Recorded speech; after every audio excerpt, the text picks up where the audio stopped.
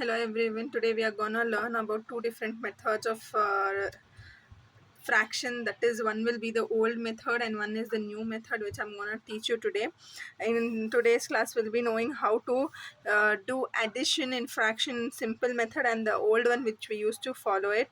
First, whenever we see the different denominator, we used to simplify, that is using LCM, that is lowest common factor, and the LCM for 6 and 3 will be 3 2s are 6, 3 1s are 3, 2 1s are and 1s are.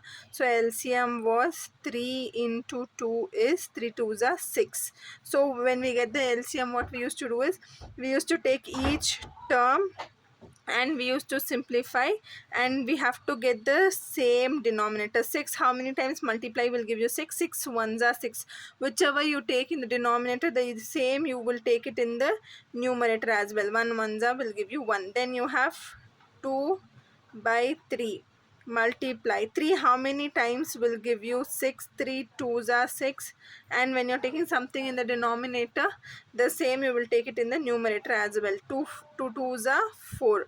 So we got same denominators. That means 1 plus 4 divided by 6 is equals to 5 by 6. This was the old method which we used to follow. Now what is the new method is we are gonna cross multiply the numbers over here.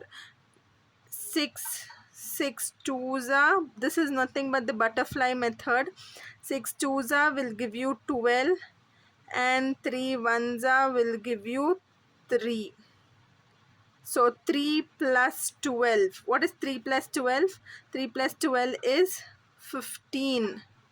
15 divided by, now multiply 6 and 3. This two terms you're gonna multiply.